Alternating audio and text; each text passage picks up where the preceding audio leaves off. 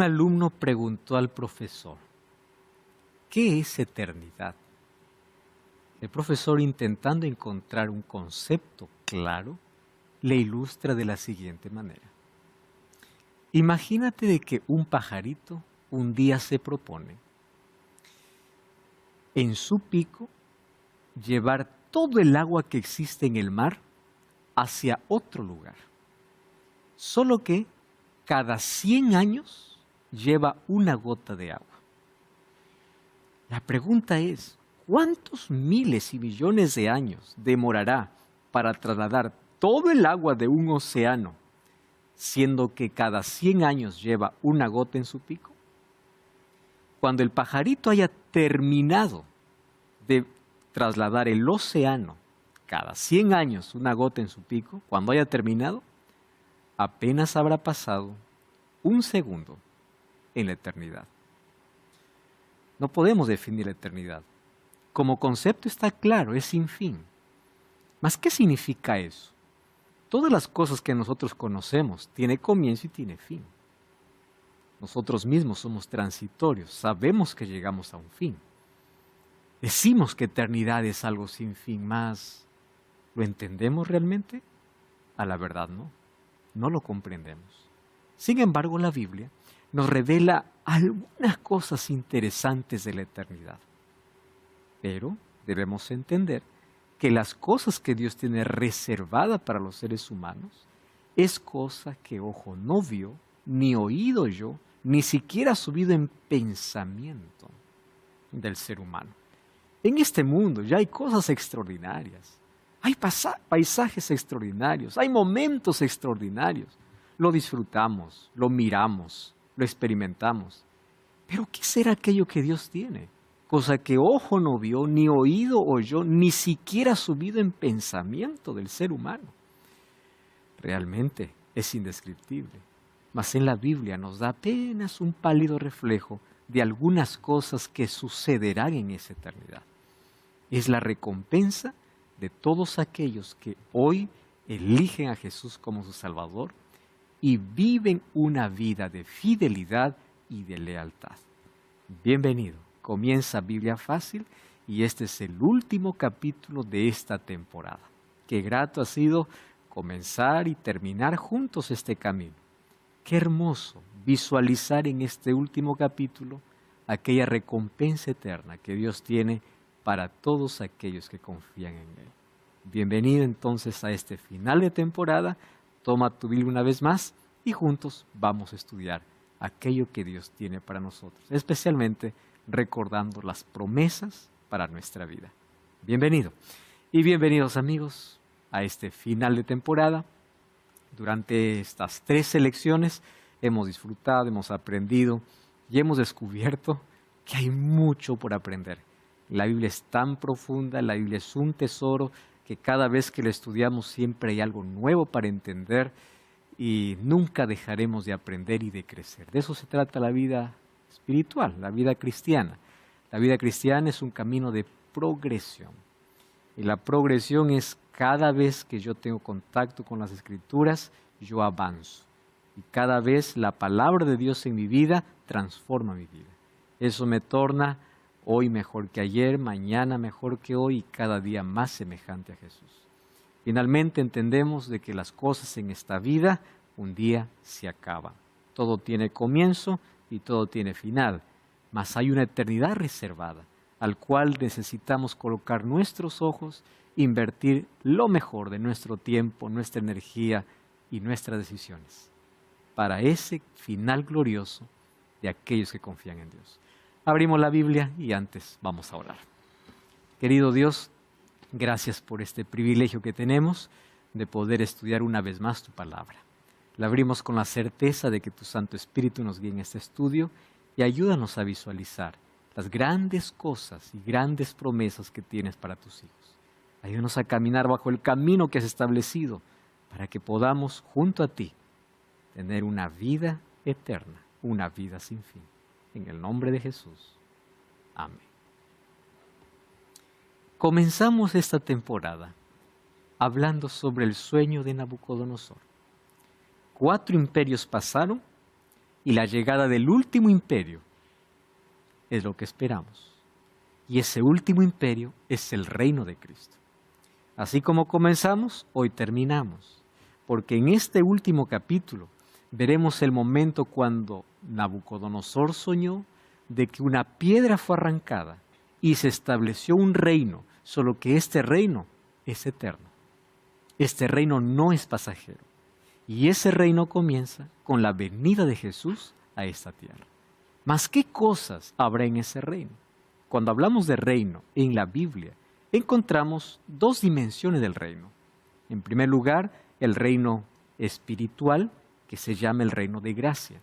Mateo 4:17, Jesús dice, arrepentíos porque el reino de los cielos se ha acercado. Cuando Jesús estuvo aquí en la tierra habló mucho del reino. Mas, ¿cuál es ese reino? El reino de gracia tiene como territorio la vida del ser humano.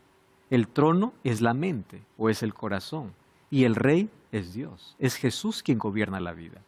Cuando uno permite que Cristo entre a la vida y tenga el control de la vida, permitimos que el reino de gracia se instale en nuestro corazón.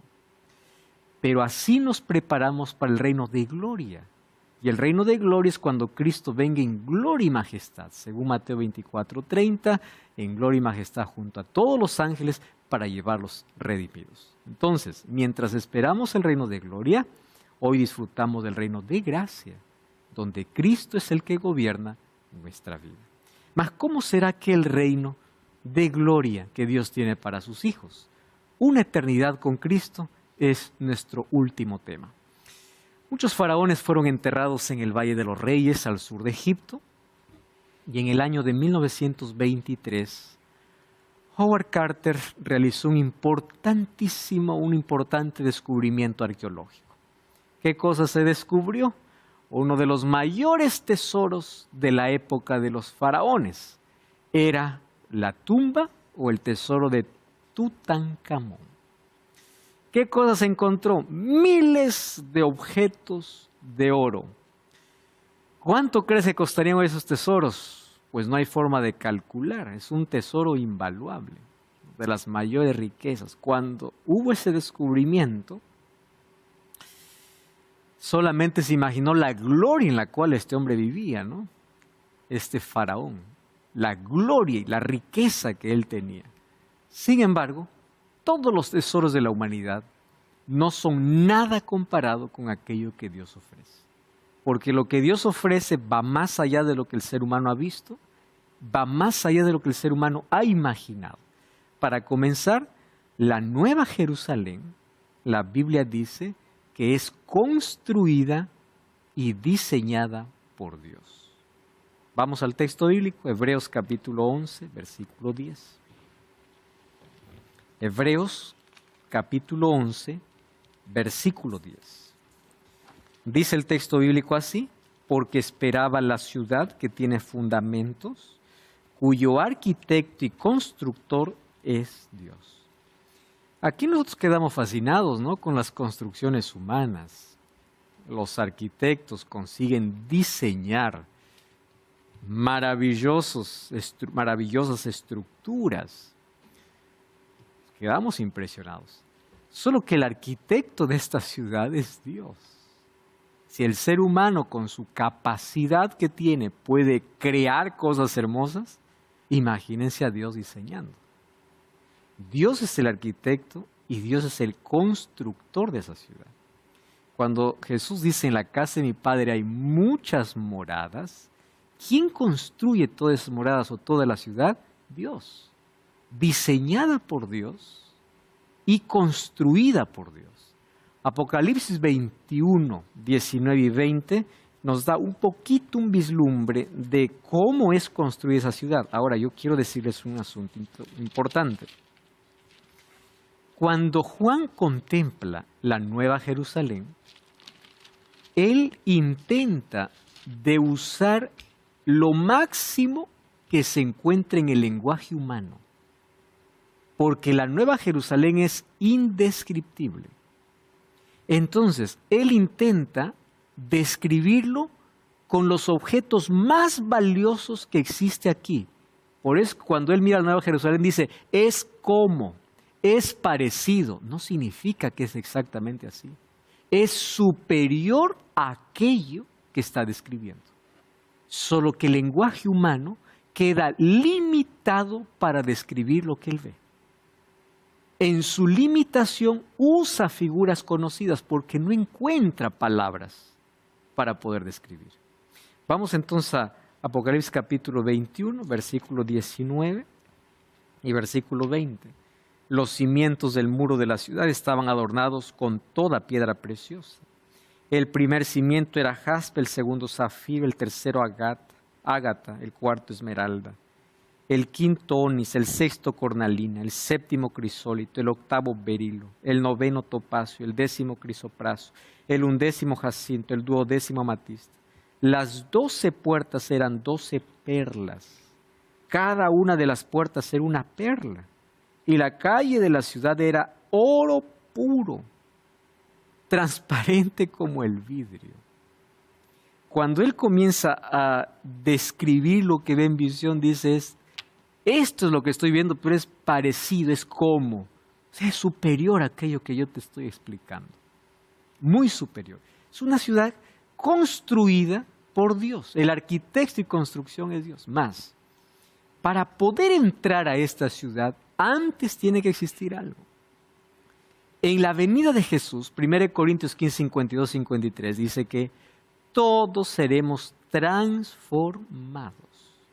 ¿Qué significa esa transformación? La mente que hoy tenemos, contaminada por el pecado, la capacidad, la voluntad, todo distorsionada, oscurecida por el pecado, habrá cambiado. Ustedes saben que el ser humano hoy necesita instrumentos para ver aquellas cosas que en el cielo serán visibles. Aquí, para poder ver un átomo, necesitamos de un instrumento. Aquí, para poder ver las cosas más minúsculas, necesitamos de un instrumento. En el cielo no necesitaremos instrumentos, porque el pecado ha quitado nuestra capacidad, ha quitado nuestra vitalidad. Y aún aquí nuestra capacidad mental o intelectual, el ser humano ni siquiera puede desarrollar un 100%.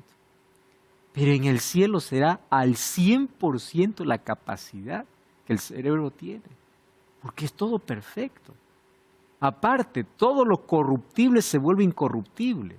¿Qué cosa es corruptible? Nuestro cuerpo, pasan los años y se va acabando. Puedes colocarte 1 kilo de maquillaje, puedes intentar evitar que vengan arrugas, puedes pintarte el cabello. La vejez viene, el cuerpo es corruptible. Un día se acaba. Obviamente que con un buen estilo de vida se puede retrasar, se puede controlar, pero es inevitable, viene. Somos seres transitorios, somos seres finitos. Estamos en este mundo de pecado y por causa del pecado, la corrupción no solamente es moral, es física. Entonces, todo aquello que es corruptible es vestido de incorrupción. Todo aquello que nos lleva a la muerte o es mortal se viste de inmortalidad. La esperanza de inmortalidad lo tenemos o lo tendremos cuando Jesús regrese. Eso significa que antes de la venida de Jesús, todo ser es mortal. Mortal. Todos caminamos a la muerte. Todos. El momento donde la muerte dejará de existir para aquel que cree en Jesús será cuando recibe el don de la inmortalidad. Y eso sucederá en la venida de Jesús. ¿Qué significa eso? Todo defecto es eliminado, aunque las características principales de cada ser humano continúen. En el libro de Mateo 8:11 dice, muchos vendrán y se sentarán junto con Abraham, Isaac y Jacob. ¿Qué significa eso? Ellos podrán ser reconocidos. ¿Por qué? Porque a pesar de que ya son incorruptibles, inmortales, continúan siendo reconocidos por las características que ellos tenían. Entonces, nosotros como seres únicos en este planeta, en el cielo igual nos reconoceremos, obviamente sin más defecto, sin defecto ni corrupción. En el cielo tendremos inagotable energía, aquí necesitamos de vitaminas para eso, ¿no? Vitalidad, energía. Y lo más importante, 1 Juan 3:2 dice que llegaremos a ser como Él, no es que llegaremos a ser Dios. sino que llegaremos a ser como Él en la perfección, así como cuando Adán salió de las manos de Dios. No habrá nada corrupto. Filipenses 3, 20 y 21, el apóstol Pablo, ¿qué cosa nos enseña? Mientras no llegues al cielo, aprende aquí a vivir en la tierra con los ojos en el cielo y sabiendo de que tu ciudadanía es el cielo. Filipenses capítulo 3, versículo 20. Nuestra ciudadanía está en los cielos, de donde también esperamos al Salvador, al Señor Jesucristo. Y el verso 21 dice así: el cual transformará el cuerpo de la humillación nuestra. Miren hasta qué palabra usa el apóstol Pablo, ¿no? Nuestro cuerpo es una humillación, dice. O sea, comparado a cuando salió de las manos de Dios. Adán medía más o menos 4 metros, ¿no? Nosotros hoy no somos ni una pierna de Adán, ¿no? Cuando tenía Adán 300 años, no era ni adolescente, ¿no? Hoy, ¿quién vive esa cantidad de años? Después del pecado, el hombre más longevo fue Matusalén. Llegó a vivir 969 años. Para nosotros hoy 100 años es el fin, el límite. Antes 100 años era como la vitalidad de un niño. Ahora imaginen eso por la eternidad. Verónica. Quería preguntarle, pastor, hace algunos programas atrás habíamos hablado también de este tema y usted nos había comentado que cuando resucitemos allá con Dios, quien no tenía brazo lo iba a volver a tener, quien había perdido la vista o nunca la tuvo la iba a tener. Y mi pregunta va a la resurrección de Cristo, cuando Él resucita, y de hecho en la Biblia nos cuentan que Él le tuvo que mostrar sus marcas, las marcas del sacrificio, a uno de sus discípulos para que creyera que era Él, Tomás. Y después Él asciende al cielo. Mi pregunta es, ¿por qué Él asciende al cielo, si es que asciende, con esas cicatrices, y nosotros no, si nosotros somos semejantes a Jesús? Querida Verónica, yo había reservado eso para explicar al final, más voy a adelantar todo. Pero gracias por tu pregunta. Mira cómo se invierten las cosas. Jesús vino a esta tierra para tomar nuestro lugar y darnos su lugar, o un lugar en el cielo con Él. Tomó nuestra culpa, que no lo tenía, por nosotros para darnos libertad. ¿Cuál es el amor de Jesús? Invertir. Todo lo que yo merezco, Él lo carga, y lo que no merezco, Él me da. ¿Correcto? Muy bien. ¿Qué cosa es misericordia? Misericordia es que Dios no me da lo que merezco. Yo merezco la muerte y en su misericordia Él no me da la muerte. Eso es misericordia. ¿Qué cosa es gracia? Gracia es que me da lo que no merezco. O sea, en lugar de darme lo que merezco, me da lo que no merezco. Eso es gracia. ¿Qué cosa es gracia entonces? En el cielo, entre todos los seres perfectos que existan, habrá uno que cargará la imperfección eternamente en el universo. Será la única huella eterna para recordar en el pasado nuestra historia. ¿Por qué razón? Porque todo redimido en el cielo será el testigo, el testigo fiel ante el universo de que no está allí por lo bueno que fue. Está allí por unas marcas que jamás se borrarán. Entonces, cuando los seres humanos resucitan glorificados y no tienen más ningún defecto, resulta que el cielo todos no tienen ningún defecto, menos uno. Quiere decir que el que debería tener, no lo tiene, y el que no debería, lo tiene. ¿Qué cosa es Jesús? Nuestro sustituto. Él cargó y por la eternidad cargará una marca. Entonces, ¿qué cosa es lo que jamás se borrará? Las marcas de las manos. Cada vez que nosotros estemos cerca de Jesús, en la eternidad, será el recordatorio de, yo estoy aquí por esas marcas. En el Antiguo Testamento nosotros vamos a encontrar muchas veces que Dios coloca recordatorios para que el ser humano se olvide de que todo lo que recibe es por gracia. Y por toda la eternidad, nuestra gratitud será eterna, porque llegamos allí nunca porque merecimos. Llegamos ahí por gracia. Mas el hecho de estar allá valió la sangre de Jesús. Entonces, mientras todos son perfectos, hay una imperfección en alguien que no debería. Esa imperfección obviamente no es corrupción, no es inmortalidad, son marcas que por toda la eternidad nos recordarán de que estamos allí solo por la gracia de Jesús. Entonces es maravilloso ver de que el plan de salvación no solamente nos libra aquí de pecado, sino que en la eternidad nos recordará de que fuimos realmente rescatados. Y eso tuvo un precio muy alto. Nuestra gratitud será eterna porque eternamente veremos marcas que nosotros deberíamos cargar, mas Cristo la cargó en nuestro lugar. Continuamos aquí con nuestro estudio y vamos a ver un poquito de lo que Juan mira acerca de la Nueva Jerusalén. Apocalipsis 22, 1 y 2 dice así: después me mostró un río limpio de agua de vida. ¿Cómo es el agua de vida, no? Aquí vemos agua es agua. Agua de vida, resplandeciente como el cristal, que salía del trono de Dios y del Cordero. En medio de la calle de la ciudad, a uno y al otro lado del río, estaba el árbol de la vida.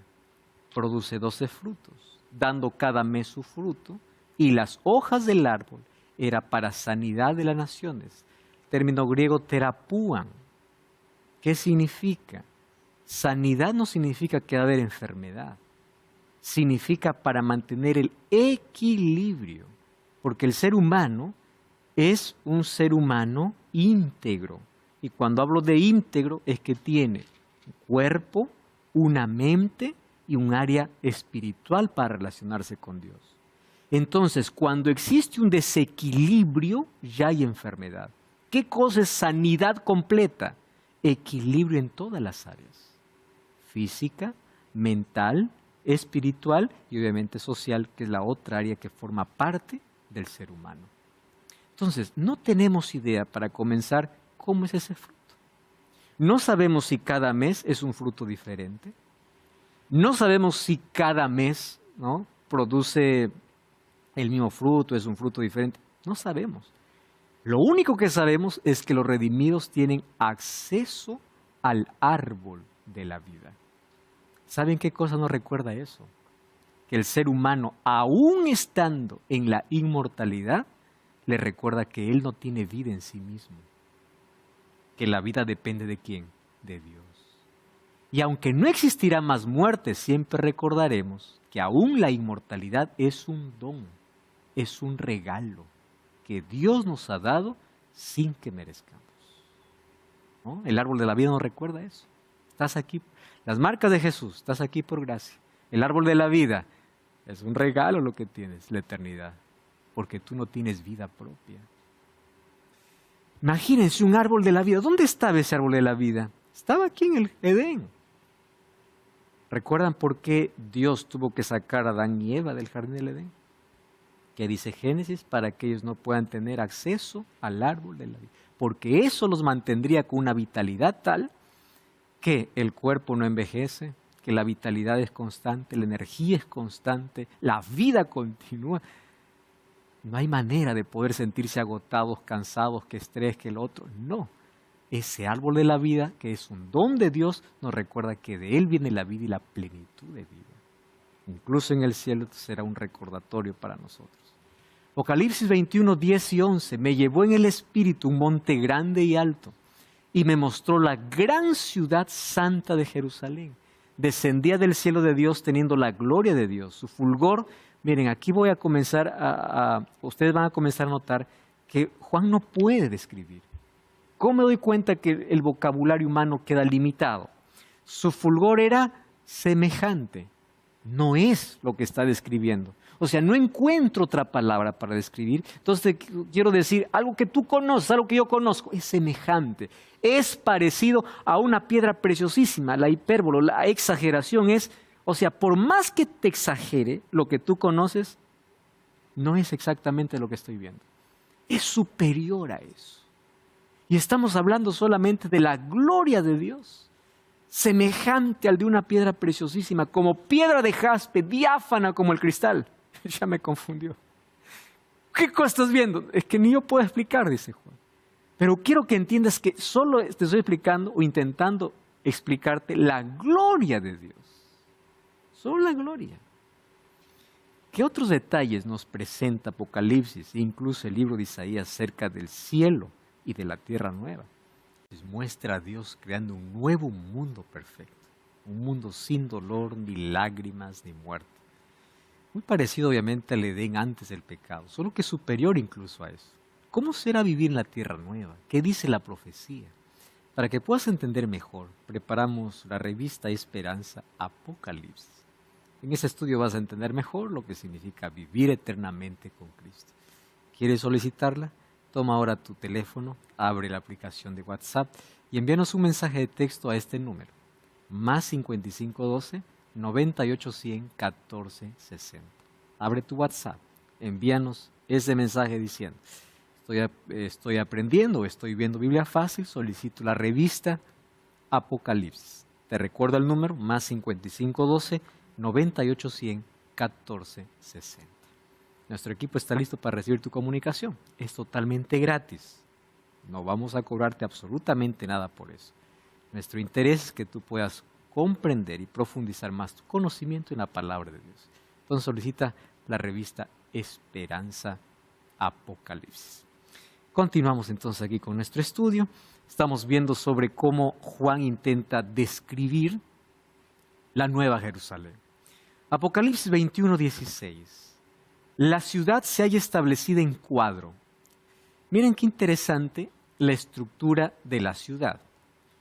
Su longitud es igual a su anchura.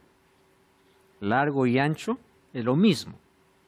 Midió la caña, se midió la ciudad con la caña, 12,000 estadios. La longitud, la altura y la anchura son iguales. Muy bien. Cuando me dice Juan, la medida es largo, ancho y alto, ahora sí no da para imaginar, porque una ciudad, ¿cómo se mide? ¿Cuánto tiene de largo? ¿Cuánto tiene de ancho? Pero ¿cómo se mide la altura? Ahora, si son 12,000 de longitud, 12,000 de anchura, 12,000 de altura. Entonces, la imagen que Juan está dando es que la Nueva Jerusalén tiene la ciudad o tiene una forma geométrica. No es una ciudad común como nosotros conocemos. En mi cabeza solamente está largo y ancho y se acabó. Y altura. Es la forma de un cubo. Hay algunas películas que intentan colocar alguna ciudad como la forma de no solamente largura y anchura, sino para arriba. Es película, es ficción. Ahora, 12,000 altura, largo, ancho y alto, la forma de un cubo. Entonces, ¿cómo existe o cómo es una ciudad que tiene la forma de un cubo? Un demógrafo intentó calcular cuánta gente puede entrar en un espacio de 12,000 estadios de largo, línea recta, ¿no? Largo, ancho y alto, y llegó a un dato, que en una ciudad construida con estas dimensiones puede entrar 8 veces la población de la Tierra. O sea, la población mundial multiplicado por 8. 8 veces. ¿Cómo es esta ciudad? Me describe, yo lo imagino, pero como la Biblia dice que es cosa que ojo no vio, ni oído yo, ni lo imaginé, Entonces va más allá de lo que puede imaginar. Una ciudad que tiene la forma de un cubo. ¿Qué otro detalle encontramos en la ciudad? Apocalipsis 21, 18 y 20, al 20. El material de su muro era de jaspe. La ciudad era de oro puro, semejante al vidrio limpio. Otra vez, usa la palabra, ¿qué cosa? Semejante. Al decir que es semejante, significa es la palabra que encontré para describirte. Los cimientos del muro de la ciudad estaban adornados con toda piedra preciosa. Ahí encontramos las piedras, ¿no? El jaspe, zafiro, ágata, esmeralda, ónice, cornalina, crisólito, octavo, berilo, noveno topacio, el 10º crisopraso, el 11º jacinto, el 12º amatista. Era semejante el material. Muy bien. Versículo 23 del capítulo 21. La ciudad no tiene necesidad de sol ni de luna. Es otra cosa extraña. Hoy no podemos imaginar luz sin el sol. Y hoy tenemos tipos de energía, ¿no? Energía eléctrica, energía solar, energía atómica. Mas aquí no hay necesidad de ningún tipo de energía. No hay ni sol ni luna. ¿Por qué? Porque la gloria de Dios la ilumina. ¿Cómo es un lugar iluminado solo por la gloria de Dios? ¿Y cómo intenta describir Juan la gloria de Dios? ¿Recuerdan ustedes el texto anterior que leímos? Diáfana como el cristal. Brilla como piedra preciosa. ¿Cómo es la luz? Y tenemos que pagar por iluminarnos, ¿verdad? Tenemos luz eléctrica, tenemos la luz del sol. Claro, la luz del sol es gratuita, pero la luz eléctrica se paga. En esta ciudad no existe más ese tipo de luz. Es una luz totalmente diferente porque es la gloria de Dios que ilumina. Pero entre las cosas importantes que tendremos en el cielo y luego en la eternidad es que viviremos sin prisa. Hoy vivimos atados a un reloj. Que tengo que ir, que tengo que un compromiso, que tengo que trabajar, que tengo que atender, que tengo que esto, que lo otro, apresurar. Ahí no hay prisa, hay una eternidad.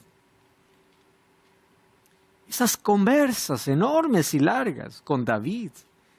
Qué emoción, ¿no? Encontrarse con David. David, ¿cómo era la música del Salmo 23? Porque yo escuché tantas versiones del Salmo 23. ¿Cómo era? Tocan con tu arpa. Abraham, la Biblia no me describe. ¿Qué cosa es lo que pensaste en el camino de 3 días mientras subiste al Moria?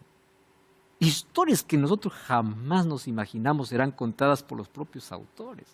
La Biblia apenas presenta pinceladas de historias, pero allí los tendremos delante de nosotros. Conversas eternas, con personas de otro mundo que nunca entendieron qué es pecado. Nosotros explicaremos qué es eso y seremos el testimonio vivo de lo que la gracia de Dios puede hacer. El cielo es un lugar de sorpresas. Apocalipsis 21:3 dice que Dios habitará con su pueblo. Todo lo que perdimos en el Edén, finalmente restaurado. Apocalipsis 21:12 y 14. Tenía un muro grande y alto, con 12 puertas. Miren, interesante cómo se repite esto. En las puertas 12 ángeles y nombres inscritos, que son de las 12 tribus de los hijos de Israel. El muro de la ciudad tenía 12 cimientos y sobre ellos los 12 nombres de los 12 apóstoles.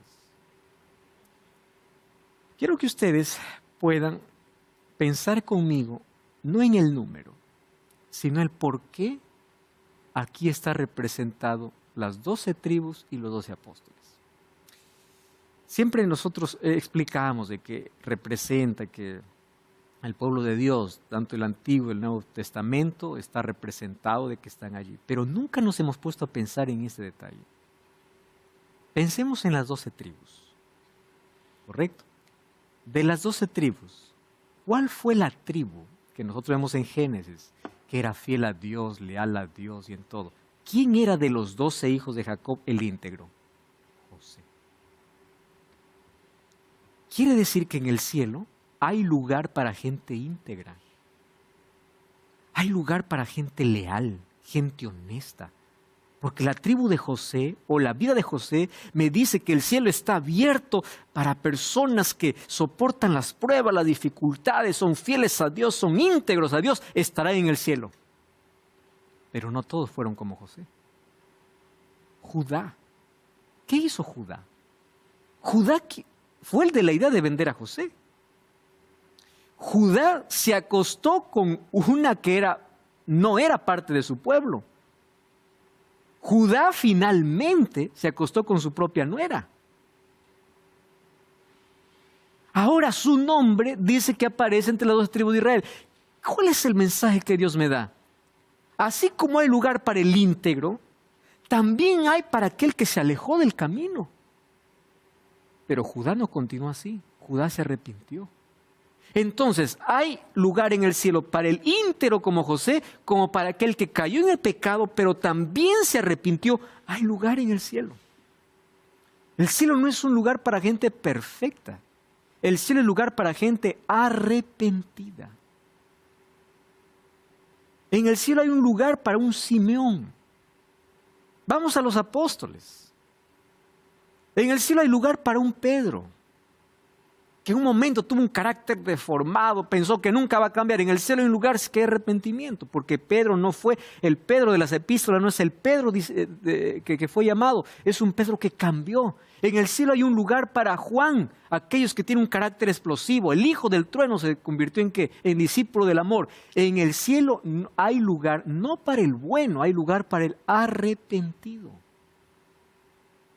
El cielo es un lugar para gente arrepentida. Entonces, el hecho de que estén los nombres de los 12 tribus y de los 12 apóstoles, y yo veo la vida de las tribus y la vida de los apóstoles, me da esperanza, porque en cada uno yo me veo reflejado. Hay lugar para un incrédulo como Tomás, pero que luego creyó. No es la incredulidad que te saca del cielo. Lo que te saca del cielo es seguir siendo incrédulo, no creyendo. No es el pecado que nos saca del cielo. El problema es no arrepentirse del pecado. ¿Entienden por qué aquí está representada toda la humanidad? Hay lugar para el bueno, hay lugar para el íntegro, pero hay lugar también para aquel que se hundió en el pecado, pero luego se arrepintió. Por eso es que todos llegamos al cielo por gracia de Dios. Y el hecho de que estén ahí el nombre de los apóstoles y de las tribus, significa, miren, el cielo está abierto. No importa tu pasado. Aquí no se trata de que fui bonito, me porté bien. Aquí llegas por la gracia de Dios. Lo único que demanda es arrepentimiento. Gracia. Lo que no merecemos. Isaías 65, 21 al 23. Edificarán casas. Ahora Isaías está hablando sobre la tierra nueva. Eso ya vimos en el capítulo anterior. Jesús viene, los impíos son exterminados completamente, la tierra es purificada. Cuando la Biblia habla del apóstol Pedro y Isaías, cielos nuevos y tierra nueva, significa que finalmente este planeta en el cual hoy está contaminado por pecado, será restaurado. ¿Qué significa restaurado? Restaurado significa que será purificado con fuego y luego Dios hará en este planeta una nueva creación. ¿Acaso no entendemos el texto? Dice, nuevos cielos y nueva tierra. Miren, les voy a decir aquí un detalle que para mí realmente es emocionante. Yo creo en la creación por fe, porque la Biblia dice. Muy bien, yo lo creo, pero no sé cómo fue. Pero cuando Dios purifique la tierra con fuego y el pecado sea eliminado, y no quede ni raíz ni rama, Satanás y destruye los demonios también, y todos los que unieron su destino con él, ahora Dios delante de nuestros ojos nuevamente hará la creación. Lo que antes lo entendíamos por fe, ahora lo veremos. Sea la luz, haya lumbreras, haya cielo, haya plantas. La creación, nueva creación, a la perfección de como cuando salió de las manos de Dios.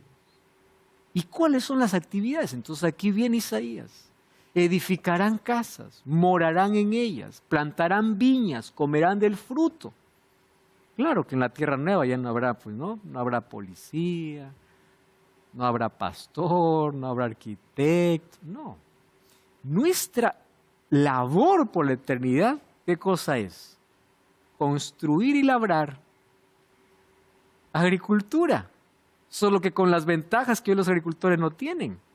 No hay más pesticidas, no hay más plagas, los alimentos producen con todas sus propiedades completas, no habrá más industrias que refinan los alimentos, que quitan sus propiedades, no habrá más hospitales, no habrá nada de eso.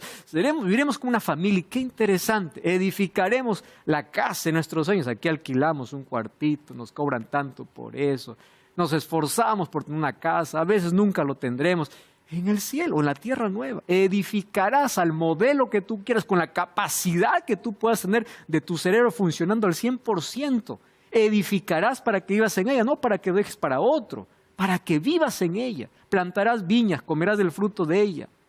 No edificarán para que otro habite, ni plantarán para que otro coma. Aquí está hablando que obviamente no hay muerte, ¿no? Uno disfrutará de aquello que hace, porque según los días de los árboles serán los días de mi pueblo, mi escogido disfrutará la obra de sus manos.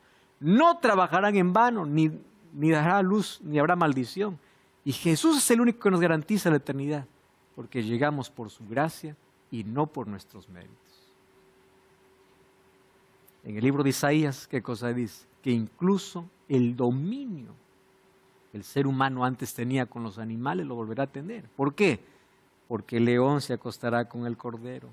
Los animales cambiaron su sistema de digestión, ¿no? Después del pecado. Antes del pecado todos eran herbívoros. ¿En qué momentos se alteró, se volvieron feroces, hubo alteraciones en su organismo? Después del pecado. Allí podremos tener acceso a todo, no solamente este mundo, sino otros planetas, interactuar. ¿Y saben qué cosa? El libro de Isaías, capítulo 66, versículo 20 o 22 y 23. ¿Qué cosa dice? Porque como los cielos nuevos y la nueva tierra que yo hago permanecerán delante de mí, dice Jehová, así permanecerá vuestra descendencia y vuestro nombre. Está hablando de cielos nuevos y tierra nueva.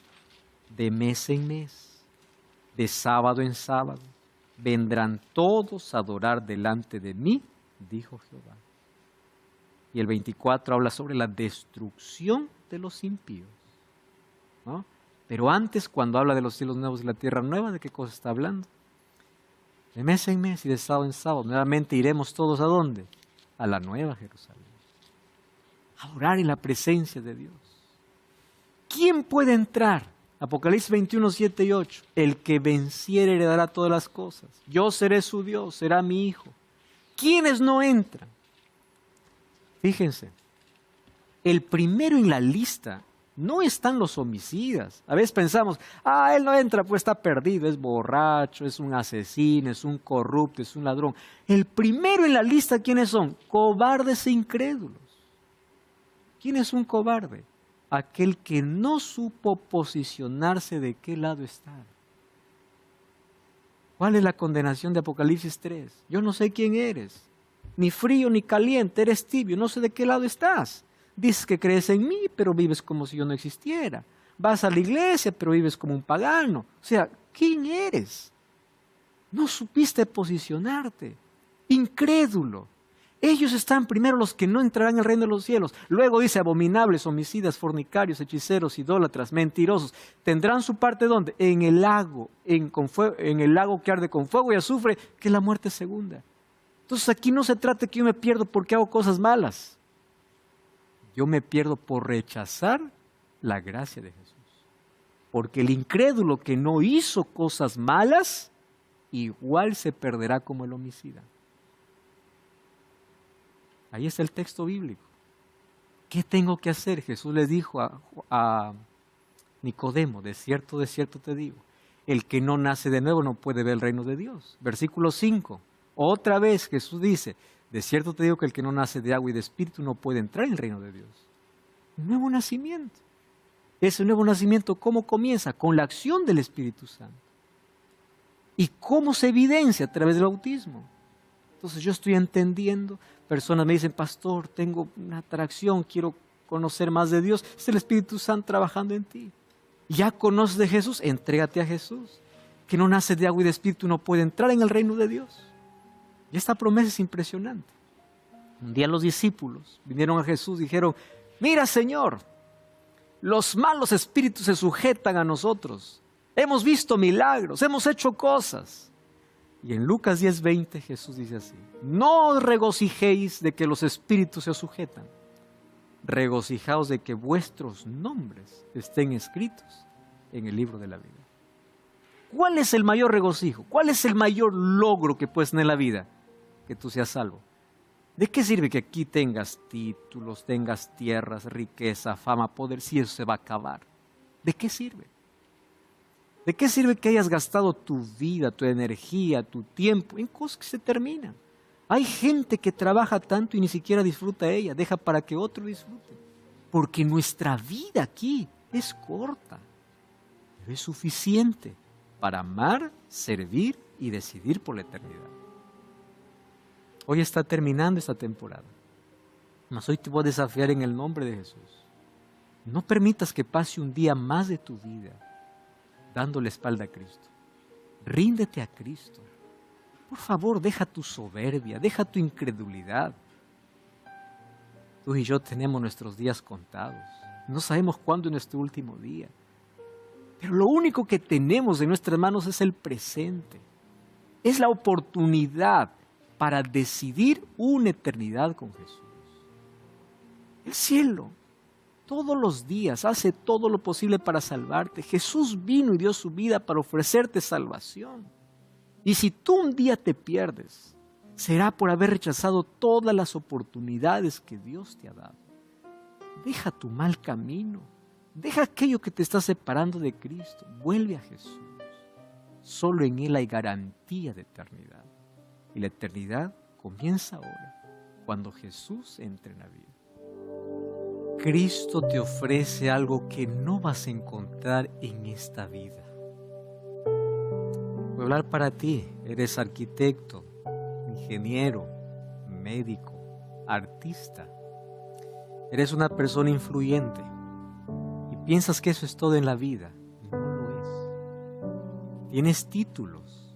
Felicitaciones. Pues cuando llega la crisis a tu vida, ¿de qué te salvan? Piensas que tienes el control mientras tienes salud. Pero un día llega la muerte. Se acabó. Cuando vamos al cementerio no hay más privilegios. La muerte no dice este por ser famoso, este por ser rico tiene un lugar privilegiado. No. Al mismo lugar. Con una diferencia. Algunos murieron asegurando la eternidad y otros murieron asegurando su perdición. Y eso es un asunto de elección. No pierdas tiempo lejos de Dios. Lejos de Dios la vida no tiene sentido. Es un conjunto de horas y días perdidos. Los años pasan. ¿Y hasta cuándo vas a insistir vivir en esta vida con una vida lejos de Dios?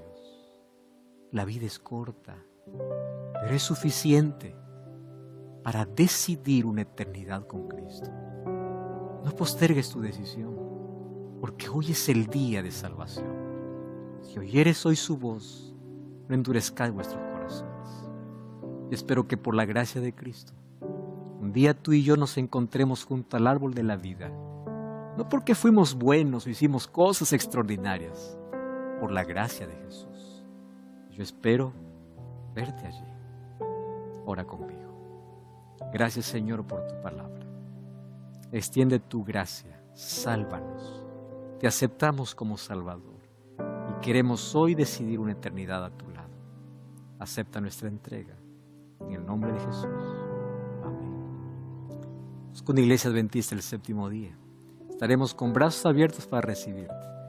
Que Dios te bendiga. Y si Dios lo permite, nos encontramos en la próxima temporada. Hasta la próxima.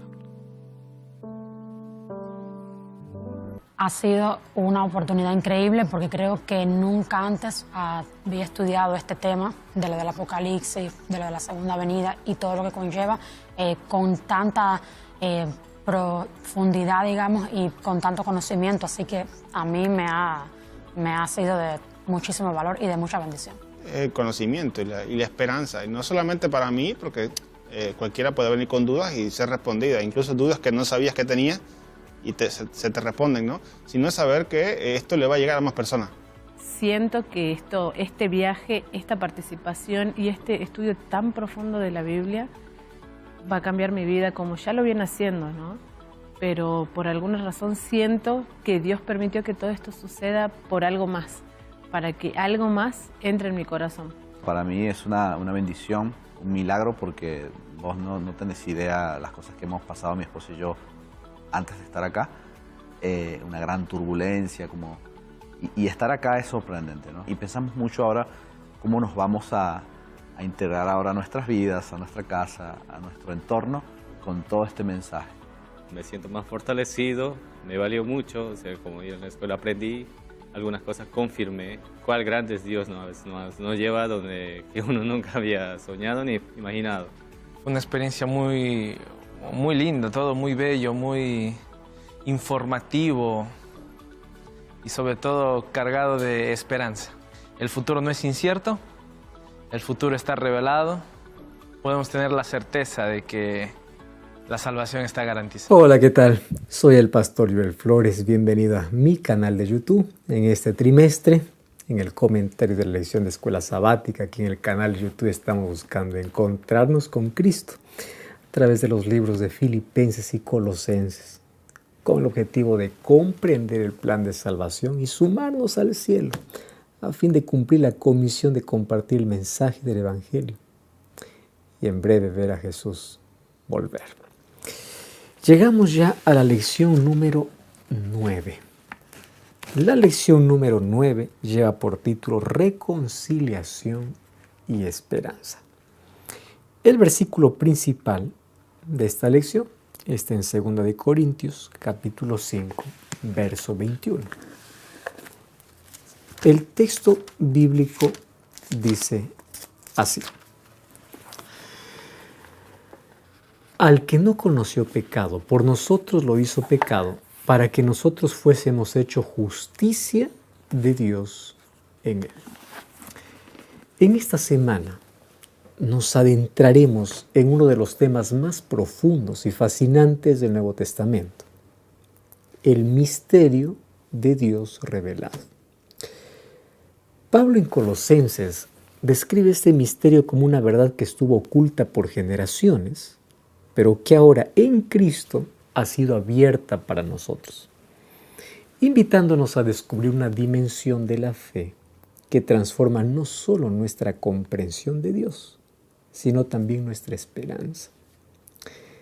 Este misterio no es una idea abstracta ni un código para descifrar, es una realidad viva, una revelación que cambia el rumbo de la humanidad porque muestra cómo Dios decidió reconciliar consigo a un mundo apartado, tomando la iniciativa amorosa de restaurar todo lo que el pecado había roto.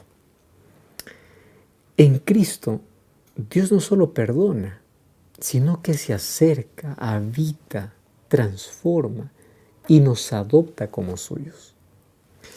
Cristo en vosotros, la esperanza de gloria, resume esa reconciliación completa.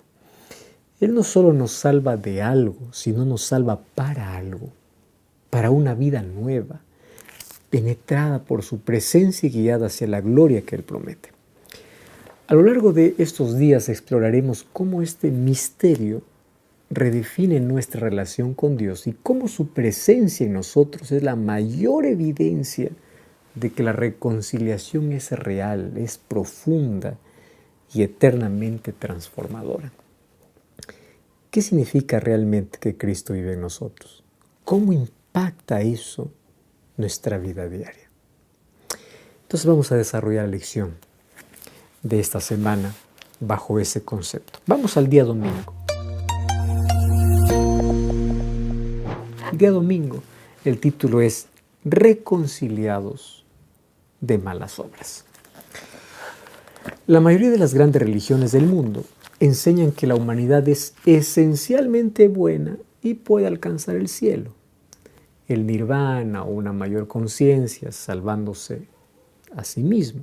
Por eso el cristianismo dice un asunto diferente, o la Biblia dice algo distinto. No es lo que la Biblia enseña, que nos salvamos por hacer algo. Jeremías capítulo 2, verso 22, el profeta declara lo siguiente: aunque te laves con lejía y amontones jabón sobre ti, la mancha de tu pecado permanecerá aún delante de mí, dijo el Señor. Cuando vamos al libro de Isaías capítulo 64, el versículo 6 dice así: si bien todos nosotros somos como suciedad y todas nuestras justicias como trapo de inmundicia, y caímos todos nosotros como la hoja y nuestras maldades nos llevaron como viento. Mira qué interesante. Lo que está diciendo aquí el texto bíblico es: no importa cuánto lo intentemos, no podemos dejar de ser pecadores por nosotros mismos. Alguien dijo en cierta ocasión que la única doctrina cristiana que no necesita ser aceptada por fe es la de la pecaminosidad de la humanidad. Basta mirar el mundo, sus injusticias, egoísmo, violencia. ¿Qué mundo? Basta mirar dentro de nosotros para reconocer que algo está profundamente desalineado con el carácter perfecto de Dios. Esta realidad tan evidente es precisamente lo que revela nuestra necesidad de reconciliación. Si el pecado es innegable, entonces la gracia también se vuelve indispensable. Al final, solo podrás comprender el tamaño de tu salvación cuando comprendas el tamaño de tu condenación. Pero, ¿qué significa exactamente estar condenado delante de Dios? Bueno, ya lo hemos mencionado. Dios es infinitamente puro, justo y recto. Su naturaleza no tolera el mal ni puede convivir con él sin negarse a sí mismo. Por eso la Biblia habla de la ira de Dios, no como un arrebato emocional, sino como su respuesta necesaria, coherente y moral ante todo lo que destruye. Su creación, aquello que contradice su bondad. La humanidad, al elegir apartarse de Dios, no solo quebrantó una ley, sino que rompió una relación, generando una separación que nos coloca fuera de la vida para la cual fuimos creados. Y esta condición no es meramente legal, sino existencial. Estamos condenados porque somos incompatibles con la santidad de Dios, y esa incompatibilidad produce muerte. La ira divina, entonces, es la manifestación de su justicia frente al pecado que corrompe y mata. Es la afirmación de que el mal no puede tener la última palabra. Así, nuestra condenación no se debe a falta del amor por parte de Dios, sino a la gravedad del pecado frente a su santidad perfecta. Sin embargo, es precisamente esa combinación de justicia e ira unidas a su amor eterno, la que abre el camino de la redención. El Dios que debe juzgar el pecado es el mismo que en Cristo ofrece librarnos de aquello que nos condena. Pero si nuestra condenación es tan seria y es tan profunda, entonces, ¿cómo puede un Dios santo acercarse nuevamente a una humanidad tan profundamente manchada por el pecado? ¿Y en qué momento comenzó Dios a proveer esa salida para la humanidad? Para responder esa pregunta, es importante comenzar entendiendo que desde una perspectiva bíblica, el pecado jamás tomó a Dios por sorpresa, porque Él conoce el fin desde el principio y nada ocurre fuera de su sabiduría infinita. Pensar que el pecado sorprendió a Dios sería imaginar a un creador reaccionando con improvisación ante la caída, como si su propósito eterno pudiera ser frustrado por la libertad humana. Sin embargo, la Escritura revela justamente lo contrario. Antes de que todo existiera, antes que Adán respirara por primera vez, ya estaba establecido el plan de redención. Mira lo que dice 1 de Pedro, capítulo 1, verso 19 y verso 20. Dice el texto así: sino con la sangre preciosa de Cristo, como de un cordero sin mancha y sin contaminación, ya destinado desde antes de la fundación del mundo, pero manifestado en los postreros tiempos por amor de vosotros. Ahora lee lo que dice Apocalipsis capítulo 13, versículo 8. El texto dice así: y la adoraron todos los moradores de la tierra, cuyos nombres no estaban escritos en el libro de la vida del Cordero que fue inmolado desde el principio del mundo. ¿Qué cosa es lo que nos enseñan estos textos? Nos muestran que la cruz no fue un plan alternativo improvisado después de la caída, pero tampoco puede entenderse como si Dios hubiese deseado o establecido desde la eternidad que el pecado ocurriera. Más bien, la cruz revela que en su sabiduría eterna Dios preparó un camino de redención ante la posibilidad de que sus criaturas eligieran apartarse de Él sin ser jamás el autor de esa elección. Así entonces, cuando el pecado entró en el mundo, Dios ya tenía dispuesto un medio para enfrentar sus consecuencias y manifestar plenamente su amor, su justicia y misericordia.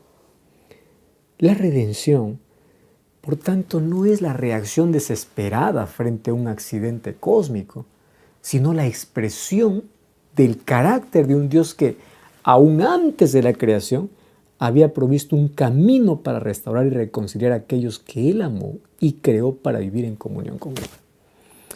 Dejando esto claro, todavía falta responder: ¿cómo entonces puede un Dios santo acercarse nuevamente a una humanidad tan profundamente manchada por el pecado? ¿Cómo? ¿De qué manera Él se aproxima? Esto es lo que conocemos como el mensaje del Evangelio. Primero, la Biblia enseña que Cristo vino y murió por nuestros pecados, porque somos totalmente incapaces de salvarnos a nosotros mismos. Lejos de esperar que ascendamos por esfuerzo propio, fue Dios quien descendió hacia nosotros, entregándose en la cruz cuando éramos débiles, impíos y enemigos. Y esto impacta nuestro día a día al recordarnos que no necesitamos vivir bajo la carga del tengo que ser suficiente. La salvación no surge de nuestra iniciativa humana, sino de la iniciativa divina, porque nuestra reconciliación con Dios no depende de nuestras obras, sino de su gracia. En segundo lugar, cuando aceptamos su muerte como nuestro sustituto, la Biblia enseña que el salario del pecado es muerte y que todo ser humano está bajo esa condenación. Pero en vez de que nosotros cargáramos con esa culpa y su consecuencia, Cristo decidió asumirla voluntariamente. Él vivió la vida perfecta que nosotros no podíamos vivir y murió la muerte que nosotros merecíamos en la cruz. En la cruz Jesús llevó sobre sí la culpa, la justicia, la ira que correspondían a nuestros pecados, de modo que lo que debería caer sobre nosotros cayó sobre Él. Y lo que pertenece a Él, justicia, vida y aceptación ante Dios, es ofrecido ahora a nosotros. Entonces, ser nuestro sustituto significa que Jesús intercambió su lugar con el nuestro. Él tomó lo nuestro, o sea, el pecado y la condenación, para darnos lo suyo, el perdón y la reconciliación. Entonces Dios nos declara justos y nos libera de la condenación del pecado, no por nuestras obras, sino por la fe que se expresa en arrepentimiento. Entonces, al intentar acercarnos a Dios, pensamos: no merezco, no soy digno, fui demasiado lejos, caí demasiado bajo. No nos dejamos arrastrar por las acusaciones de Satanás. Y recordamos que la base de nuestra aceptación no son nuestros méritos, sino los méritos de Cristo. En tercer lugar, Dios continúa acercándose a nosotros para transformar nuestra vida, pues quienes han sido justificados son hechas nuevas criaturas mediante la unión con Cristo. El poder recreador de su gracia y la presencia del Espíritu Santo que mora en nosotros es lo que restaura la imagen de Dios que el pecado había deformado. La gracia nos encuentra donde estamos, quebrados, heridos, confundidos, atrapados, pero no nos deja igual, porque el Espíritu Santo obra cada día en nosotros, renovando nuestro carácter, sanando nuestras heridas y capacitándonos y sanando nuestra voluntad para vivir como hijos de Dios. Entonces, Dios no se acerca al pecador ignorando su pecado, sino venciendo su poder, el poder del pecado, tomando la culpa, renovando el corazón, y por medio de ese triple movimiento del Evangelio, Cristo por nosotros, Cristo en lugar de nosotros y Cristo en nosotros, es cuando el Dios Santo vuelve a unir a la humanidad caída sin renunciar a su justicia ni su amor eterno, dándonos reconciliación, obviamente, y esperanza. Al igual que en el Edén, Dios llamó a Adán preguntando, ¿dónde estás? Hoy sigue siendo la misma pregunta, porque al igual que Adán, muchas veces respondemos desde nuestra vergüenza, nuestra culpa, desde nuestras excusas, pero es justamente en esos momentos cuando necesitamos volver a mirar a la cruz, recordar el mensaje del Evangelio y permitir que su gracia nos transforme. ¿Cuál será nuestra respuesta? ¿Permitiremos ser transformados por la gracia de Dios o continuaremos viviendo de la misma manera? Vamos a la lección del día lunes. El día lunes el título es Si continúan en la fe.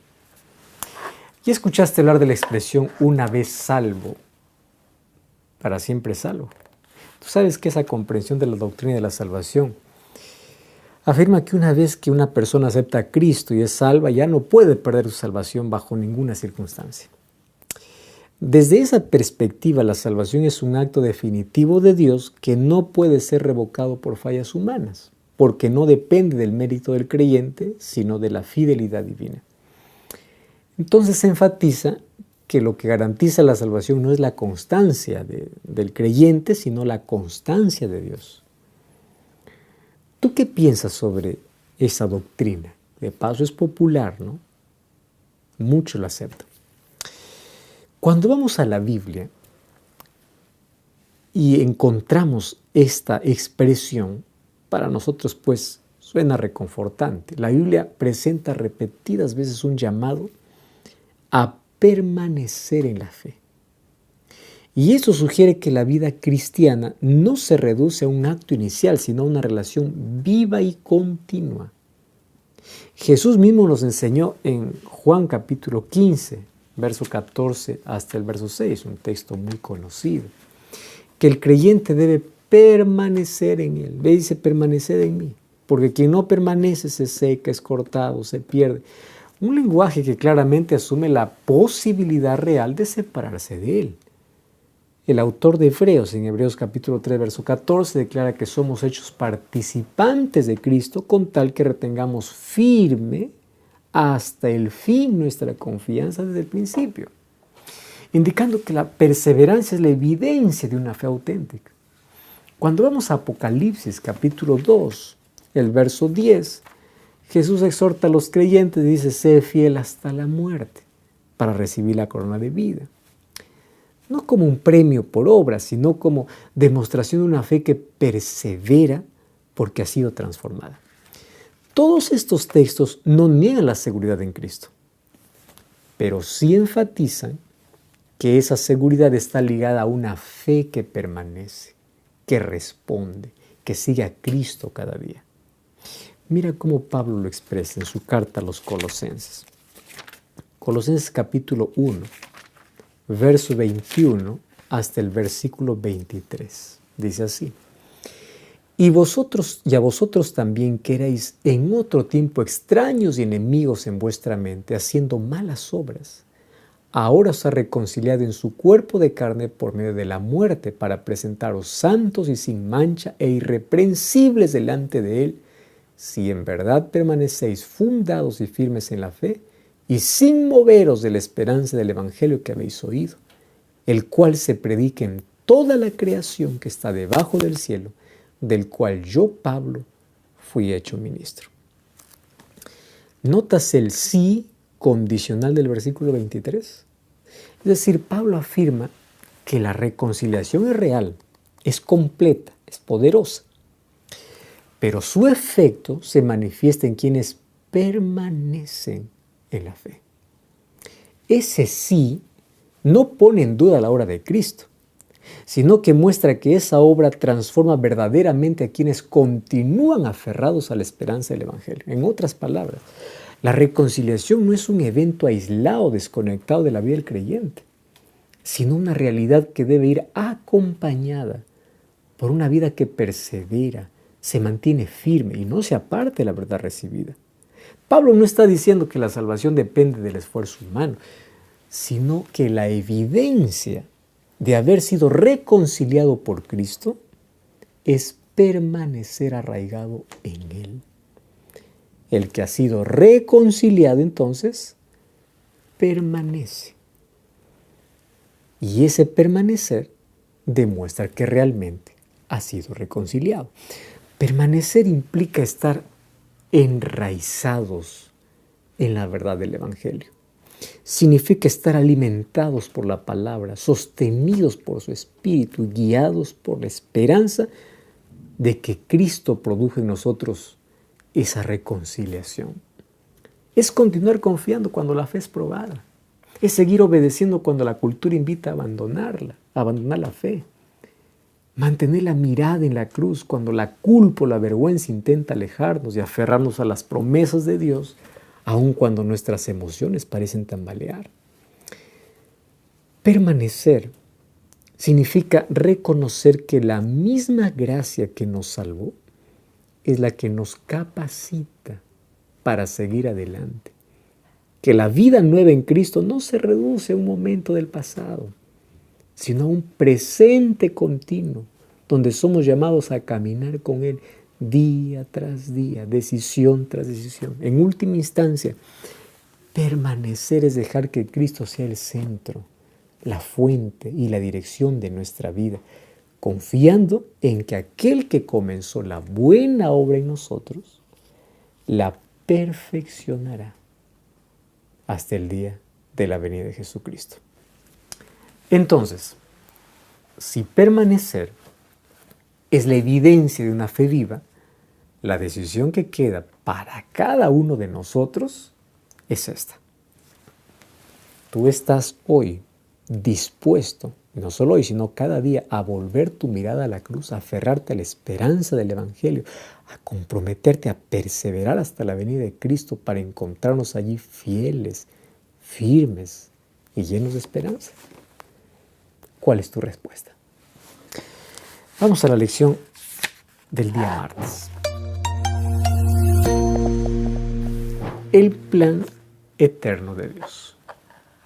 ¿Sabes que nuestras mayores frustraciones surgen cuando sentimos que las cosas no están ocurriendo según el plan que imaginábamos, ni en el tiempo que esperábamos, ni en la forma en que deseábamos? Cuando nuestros procesos no coinciden con nuestras expectativas, pues surge la sensación de descontrol, de retraso, de aparente injusticia, como si la vida estuviera avanzando por un camino distinto al que pensamos que debía seguir. Esta percepción crea ansiedad, impaciencia y dudas, no necesariamente por la magnitud de los problemas, sino porque creemos que nuestro plan está siendo ignorado e interrumpido. ¿Ya te sentiste alguna vez así? Fíjate la siguiente declaración de Pablo a respecto de eso. Colosenses capítulo 1, verso 24 y verso 25. Ahora me gozo en lo que padezco por vosotros y cumplo en mi carne lo que falta de las aflicciones de Cristo por su cuerpo, que es la iglesia, de la cual fui hecho ministro, según la administración de Dios que me fue dada para con vosotros, para que anuncie cumplidamente la palabra de Dios. La expresión administración de Dios hace referencia al modo en que Dios dirige, organiza y desarrolla su plan de salvación. Entonces, ¿qué es lo que está diciendo aquí Pablo? Que lo que conduce su vida no es su propio plan, ni sus ambiciones personales, sino los planes de Dios. Pablo no usa a Dios para que Él realice sus proyectos humanos. Al contrario, Pablo se pone a disposición para que Dios lo use en sus propósitos eternos. Cuando una persona vive así, sus expectativas cambian por completo. porque ya no se apoyan únicamente en lo que esa persona desea o imagina para esta vida, sino que tanto en tiempos como en formas se integran dentro del plan eterno de salvación que Dios está llevando adelante. Así cada decisión, grande o pequeña, deja de ser aislada y pasa a ser parte del gran proyecto de Dios para alcanzar y restaurar vidas. Por eso es que Pablo puede decir que se goza incluso en las aflicciones, porque entiende que lo que está viviendo no lo detiene, no lo desanima, sino que es parte del plan de Dios para que su palabra sea anunciada y llegue donde Él quiere que llegue. Y así fue. Las aflicciones de Pablo no frenaron el Evangelio, lo multiplicaron. ¿Por qué? Porque el llamado de Jesús es a seguirlo. Y seguirlo no oculta la realidad de que el camino del discípulo implique aflicciones. No es la letra pequeña del Evangelio, sino el título del llamado. Jesús mismo declaró, en el mundo tendréis aflicción. Y también afirmó, si a mí me han perseguido, también a vosotros perseguirán. Dejando claro que el sufrimiento forma parte natural de seguirle. Pablo, entendiendo esto, refuerza esta verdad cuando afirma que a través de muchas tribulaciones nos es necesario entrar en el reino de Dios. Y Pedro exhorta diciendo, no os sorprendáis del fuego de prueba como si algo extraño estuviese pasando. Las aflicciones no son un imprevisto en la experiencia cristiana, sino una realidad anunciada desde el principio. Por eso Pablo no se angustia, no reclama ni abandona, porque sus expectativas están alineadas al plan de Dios, no a una visión idealizada de comodidad o éxito inmediato. Él sabía que las aflicciones no eran señal del abandono de Dios, sino parte del camino por el cual Dios forma, Dios fortalece y extiende su obra. Y cuando nuestras expectativas se alinean con esa misma verdad, las pruebas dejan de ser motivo de confusión y se convierten en oportunidades para permanecer firmes en el propósito eterno de Dios. Por eso, aunque Pablo estaba en la cárcel, la palabra de Dios estaba presa. Allí en su celda vieron la luz, sus cartas a los filipenses, a los efesios, a Filemón. Tras su liberación, Dios le inspiró los importantes consejos registrados en 1 Timoteo y luego a Tito. Luego, durante su último encarcelamiento en una prisión romana, él escribió 2 Timoteo. En resumen, estos últimos años brindaron a Pablo la oportunidad de escribir una parte significativa del Nuevo Testamento, incluyendo Hebreos, que millones de personas alrededor del mundo siguen estudiando, obviamente, esta semana, al igual de lo que tú y yo estamos haciendo hoy. Este texto nos invita a examinar con honestidad desde qué perspectiva estamos viviendo nosotros. Si desde la nuestra, limitada por nuestras expectativas humanas y terrenales, o desde la de Dios, que nos incorpora a su plan eterno. Y es importante reconocer que esto no es un llamado exclusivo para aquellos que dedican su vida a la predicación, pastores, obreros o misioneros, sino para cada hijo de Dios, allí donde está, en su familia, en su barrio, en su trabajo, en su universidad, en sus amistades, en cada momento y en cada lugar donde pisa. Porque todos somos parte de esa administración de Dios. Porque su obra avanza a través de personas ordinarias que viven con una perspectiva extraordinaria. Por eso debemos preguntarnos, ¿estamos usando a Dios para que bendiga nuestros planes? ¿O estamos permitiendo que Él nos use para cumplir sus planes? ¿Nuestras expectativas y frustraciones revelan qué queremos que Dios siga en nuestra agenda o muestran un corazón dispuesto a rendirse a la suya? ¿Tu perspectiva delante de las pruebas muestran que estás viviendo para el reino de esta tierra o estás viviendo para el reino de los cielos? ¿Para qué reino estás viviendo? Vamos a la lección del día miércoles. El título es La revelación del misterio de Dios. ¿Sabes que los seres humanos vivimos rodeados de misterios? A pesar de los avances científicos, filosóficos y tecnológicos, seguimos enfrentando preguntas que nos sobrepasan y despiertan en nosotros una mezcla de curiosidad, fascinación y humildad. El corazón humano anhela comprender, pero también reconoce que hay dimensiones de la realidad que van más allá de nuestra lógica y de nuestra vista. ¿Y sabes cuál es el mayor de todos los misterios? El misterio de Dios. Fíjate cómo Pablo lo describe. Colosenses 1, 26 y 27. El misterio que había estado oculto desde los siglos y edades, pero que ahora ha sido manifestado a sus santos, a quienes Dios quiso dar a conocer las riquezas de la gloria de este misterio entre los gentiles, que es Cristo en vosotros, la esperanza de gloria. En la Biblia, un misterio no es algo oscuro, confuso o incomprensible para Dios. Un misterio es una verdad divina que estuvo oculta para nosotros, para la humanidad, hasta que Dios decidió revelarla en un tiempo señalado. Es decir, es un misterio para el ser humano, pero jamás lo fue para Dios. Al final, para Dios nada está escondido, nada se descubre, nada aparece inesperadamente. Él no tropieza con información nueva ni necesita resolver acertijos. Entonces el misterio de Dios revelado en Colosenses 1, 26 y 27 señala una verdad divina que estuvo oculta por siglos, pero que en Cristo ha sido plenamente manifestada. La asombrosa realidad de que Dios quiso hacer habitar su plenitud en medio de seres humanos y más aún en ellos. Este misterio, escondido de generaciones pasadas, no era simplemente una información secreta, sino un plan redentor que Dios preparó desde la eternidad y que ahora da a conocer a su pueblo. Cristo en vosotros, la esperanza de gloria. Y me encanta esa expresión, Cristo en vosotros. Es una expresión que Pablo usa para describir la realidad espiritual que ocurre cuando una persona cree en Jesús.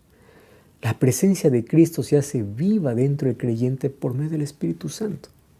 No significa que Jesús habita físicamente en cada persona, sino que su vida, su carácter, su poder y su dirección se hacen presentes en nosotros gracias al Espíritu Santo. Esa expresión Cristo en nosotros hace posible que Él nos una con el cielo desde ahora. Porque no se trata solo de una esperanza futura, sino de una realidad presente que transforma nuestra identidad, nuestro propósito y nuestra manera de vivir. Cuando Cristo habita en nosotros por medio del Espíritu Santo, el cielo deja de ser únicamente un destino y se convierte en una influencia viva que moldea nuestro carácter, que guía nuestras decisiones y llena nuestro corazón de una paz que este mundo no puede dar. Su presencia nos conecta con los valores del reino, nos capacita para amar como Él ama, nos sostiene en medio de las luchas y nos recuerda que no estamos solos en nuestro camino. Cristo en nosotros significa que lo eterno ya comenzó, que lo celestial se ha acercado, que la vida de Dios está actuando aquí y ahora. Así, aunque todavía caminamos en un mundo quebrado, su presencia nos ancla a una realidad superior y nos anticipa la gloria futura, permitiéndonos vivir cada día con esperanza, con propósito y la certeza de que ya estamos unidos al cielo porque Cristo vive en nosotros. Entonces el misterio de Dios no es algo por descifrar, sino alguien por abrazar. Cristo mismo, cuya presencia en nosotros es la garantía de que la gloria prometida será cumplida. Entonces, si el mayor misterio del universo es que Cristo quiere habitar en ti y unirte al cielo desde ahora, la pregunta es, ¿tú estás dispuesto hoy a abrirle espacio, a abrazar su presencia, vivir cada día a la luz de ese misterio glorioso que transforma tu vida para siempre? ¿Estás dispuesto a eso? ¿Cuál será tu respuesta? La lección del día jueves. El título es El poder del Evangelio. Hay momentos en la vida en los que nos sentimos incompletos, fragmentados, como si lleváramos dentro piezas sueltas que no terminan de encajar. A veces tratamos de compensarlo con logros, relaciones, productividad o incluso espiritualidad. Pero aún así persiste la sensación de que falta algo, de que no somos lo que deberíamos ser. Y en medio de esa lucha interna entre lo que somos y lo que anhelamos llegar a ser, surge una pregunta silenciosa. ¿Realmente puedo cambiar? ¿Puedo ser transformado desde adentro? Pablo, al escribir a los Colosenses, responde a esa inquietud con una verdad que no solo libera, sino que también llena de esperanza. Dios no espera que seamos perfectos por nuestras fuerzas. Él quiere hacernos perfectos en Cristo. No se trata de una vida de perfección humana, sino de una vida llena, madura, completa por el poder del Evangelio. Mira lo que dice Colosenses, capítulo 1, versos 28 y 29.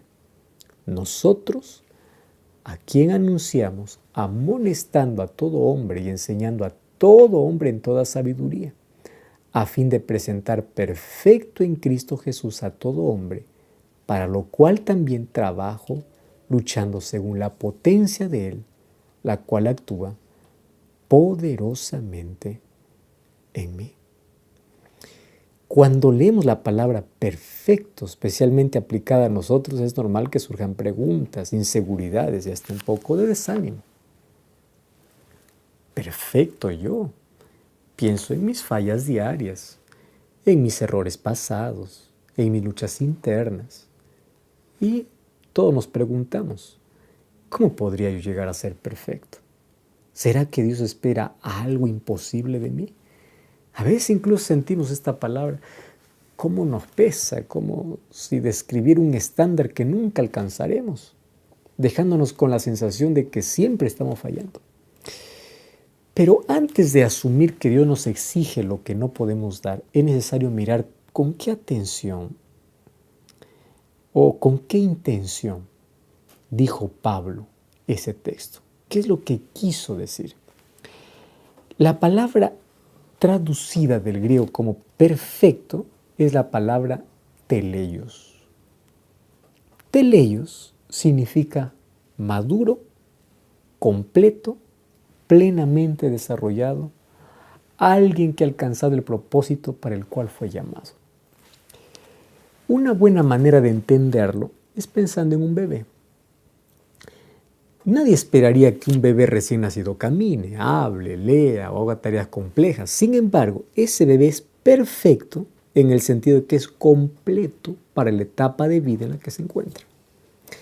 A medida que crece, va desarrollándose, va aprendiendo, fortaleciendo sus músculos, formando su carácter y alcanzando nuevas etapas de madurez. No lo consideramos imperfecto porque no lo hace todo de inmediato. Lo consideramos en proceso, avanzando hacia lo que está destinado a ser. Así también nosotros en Cristo, ser perfectos no significa no fallar jamás, sino estar en un proceso continuo de madurez, donde Cristo nos transforma para reflejar su carácter, crecer espiritualmente y vivir alineados con su voluntad. No es perfección humana, sino una vida completa en Cristo, donde su amor, su verdad, su poder nos forman día a día, llevándonos cada mañana a renovar la decisión de ya no vivo yo, ahora Cristo vive en mí. A ese punto tenemos que llegar todos los días. Vamos a la conclusión de la lección de esta semana.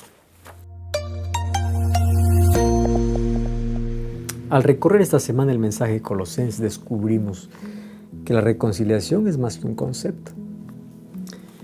Es el latido del corazón de Dios manifestado en Cristo, un Dios que no se sorprende por el pecado, que prepara desde la eternidad un plan de redención, que toma nuestra culpa, que nos ofrece su justicia y luego decide habitar en nosotros para transformarnos desde adentro. Vimos que nuestra parte no consiste en producir salvación, sino en responder a ella, permaneciendo en la fe, alineando nuestras expectativas con el plan eterno de Dios y rindiendo cada día nuestros planes para que Él haga su obra en nosotros. Comprendimos que las aflicciones no son un desvío, sino parte del camino del discípulo.